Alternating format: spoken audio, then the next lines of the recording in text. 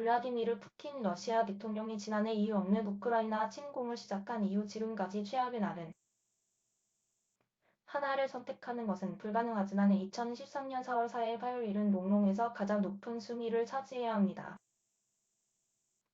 그 날짜는 역사에 영원히 새겨질 것입니다. 아니요. 특정 전직 미국 대통령과 관련된 맨해튼의 법정에서 일어난 일 때문만이 아니라 헤드라인에서 더 낮은 청구서에도 불구하고 거의 틀림없이 더 중요한 무언가 때문입니다. 그날은 핀란드가 공식적으로 네이토에 가입한 날이었습니다. 나토 회원국들이 30명의 다른 회원국들과 함께 개항된 핀란드의 파란색과 흰색 깃발을 보며 동맹 브뤼셀 본부 앞에 엄숙하게 서 있을 때 기념식은 거의 푸틴의 우크라이나 전쟁이 실패했다는 선언으로 작용했습니다. 결국 푸틴은 두 가지 주요 주장으로 그의 침략을 정당화했습니다. 첫째, 그는 우크라이나가 진짜 국가가 아니며 러시아의 일부에 속한다는 잘못된 주장을 하려고 했습니다. 그 주장은 역사학자들뿐만 아니라 우크라이나 국민들이 자국을 맹렬히 방어함으로써 명백해졌습니다. 둘째, 푸틴은 자신의 목표가 나토의 확장을 막는 것이라고 주장했습니다. 그 점에서 푸틴은 실패했을 뿐만 아니라 실제로 그가 막으려고 했던 바로 그 말처를 추진했습니다. 이제 러시아와 네이토 국가들의 국경은 길이가 2배 이상 늘어 핀란드와의 국경 830마일이 추가되었습니다. 한때 러시아 제국의 일부였고 따라서 정제적으로 푸틴의 비재건주의 주장에 표적이기도 한 핀란드는 그 긴 국경을 강화하기 위해 빠르게 움직일 것입니다. 러시아가 우크라이나를 침공했을 때 이웃 국가들에게 단순히 믿을 수 없다는 명백한 신호를 보냈기 때문입니다. 물론 핀란드는 이미 그것을 알고 있었습니다. 그것은 1939년 1940년의 겨울 전쟁에서 그것의 전 제국의 주인인 모스크바에 의해 공격을 받았습니다.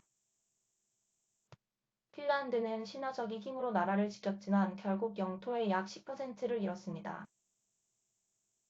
그 여파로 핀란드는 중립을 지키는 것이 자신을 보호하는 가장 좋은 방법이라고 생각했습니다.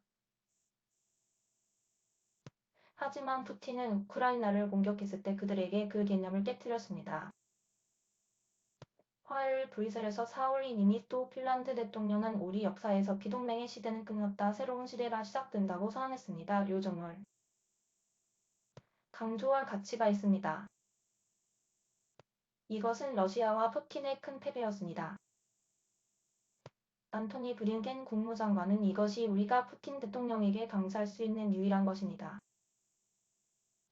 라고 선언했습니다. 푸틴과 그의 전쟁이 없었다면 핀란드는 나토 회원국이 되지 못했을 것입니다. 그 전쟁은 푸틴이 분명히 막고 싶다고 말한 것만 만들어낸 것이 아닙니다. 그것은 또한 그가 암묵적으로 추구했던 것과 반대되는 것을 촉발했습니다. 그는 분명히 나토가 비회원국을 돕는 문제에 대해 분열을 낼 것이라고 예상했습니다.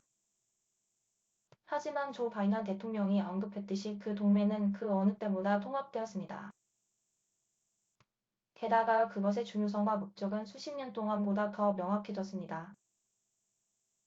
러시아의 침략은 유럽의 모든 국가에 대한 전략적 계산을 변화시켰습니다. 니니스토가 작년에 CNN에 말했듯이 분열은 더 날카로워졌고 중립을 위한 여지는 거의 남아있지 않습니다.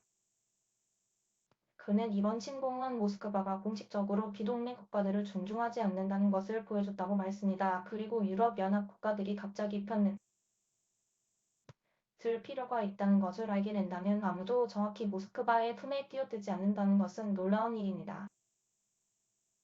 러시아가 우크라이나에 탱크를 보내자마자 침략할 것을 반복적으로 부인한 후 핀란드의 여론조사는 급격한 감정 변화를 보이기 시작했습니다. 11월에 러시아의 동부와 핀란드 국경 근처에서 군사적으로 위협적인 움직임에도 불구하고 5명 중 4명의 핀란드인이 나토 가입을 지지했습니다. 수백 년 동안 중립 정치를 지켜온 스웨덴도 나토 가입을 신청했습니다. 현재 튀르키예와 헝가리는 자국민의 정치에 초점을 맞춰 가입을 막고 있습니다. 하지만 스웨덴이 결국 합류할 것이라는 것은 의심의 여지가 없습니다. 핀란드의 가입은 상징적인 것만은 아닙니다. 그 나라는 군사적으로 기울어진 나라가 아닙니다. 모든 남자들은 군대에 갈 의무가 있습니다. 그들의 겨울 날씨 기술은 타의 추종을 불허하고 무기고는 인상적입니다. 심지어 모스크바조차도 중요한 무언가가 바뀌었다는 것을 인지하도록 강요나왔습니다. 러시아 외무부는 핀란드의 나토 가입이 북유럽 상황에 근본적인 변화를 만들었다고 말했습니다. 실제로 이러한 전략적 재편성은 북유럽을 넘어섭니다. 그것은 러시아로부터 지정학적 균형을 더 멀리 기울입니다. 러시아는 보복 조치를 취할 수 있다고 경고했습니다. 그러나 푸틴의 군대가 우크라이나에서 수렁에 빠졌고 너무 얇은 용량과 괴수들을 사용하는데 의존해 왔기 때문에 이러한 위협은 그가 수일 내에 성공하기로 했던 캠페인에서 14개월 전 우크라이나를 침공하기 전보다 덜 위협적입니다. 만약 그가 전쟁이 러시아를 세계의 다른 나라들에게 더 강하게 보이게 할 것이라고 생각했다면 그는 그곳에서도 그의 목표와 반대되는 것을 성취했습니다.